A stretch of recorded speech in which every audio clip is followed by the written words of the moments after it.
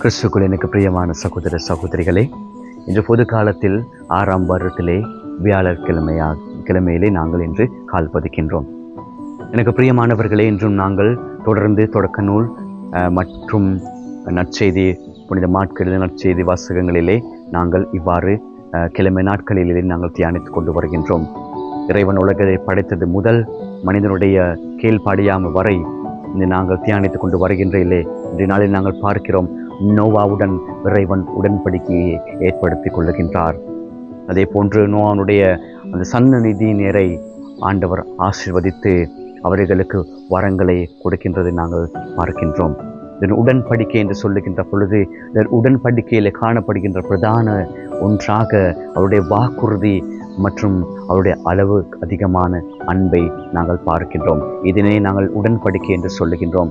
அப்படியானால் இதன் உடன்படிக்கையை நிறைவேற்றுவதற்காக அவர் கொடுத்த வாக்குறுதி, இறை மகனை இந்த உலகத்திற்கு அனுப்பி எங்களை ஒரு புதிய யுகமாக மாற்றி, உங்களுடைய வாழ்க்கை பரம்பரங்களை மாற்றி ஒரு புதிய வாழ்க்கையினை கொடுப்பதற்காகவே அந்த வாக்குறுதிகளை அவர் நிறைவேற்றுகின்றார். அவருடைய அளவுக்கு அதிகமான அன்பை அவர் வெளிக்காட்டுவதற்காக தன்னுடைய ஒரே மகனை இந்த உலகத்திற்கு அனுப்பியதை நாங்கள் பார்க்கின்றோம்.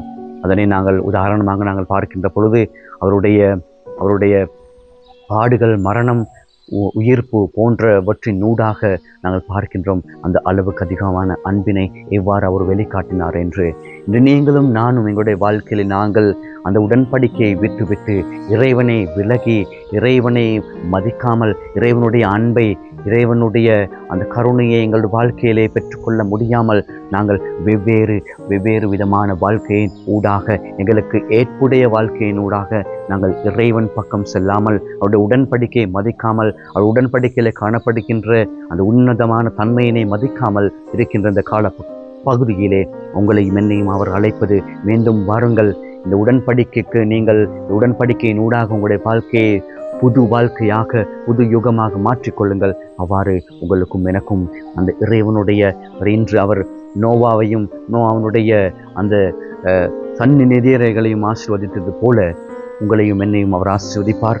உங்களுடைய குடும்பங்களையும் ஆசீர்வதிப்பார். என்னுடைய நாட்டை ஆசீர்வதிப்பார். நாட்டில் இருக்கின்ற எல்லா விதமான பிரச்சனைகள் நீங்கி ஒரு நல்ல நாடாக மாறுவதற்கு அவர் ஆசீர்வதிப்பார். அப்படியானால் நீங்களும் நானும் மீண்டும் அந்த உடன்படிக்கைக்கு சென்று அவரோடு அந்த உடன்படிக்கையை ஏற்றுக்கொண்டு அந்த புதிய உடன்படிக்கையாக எங்களுடைய வாழ்க்கையை மாற்றி வாழ்வதற்கு வரம் வேண்டி மன்றாடுவோமாக.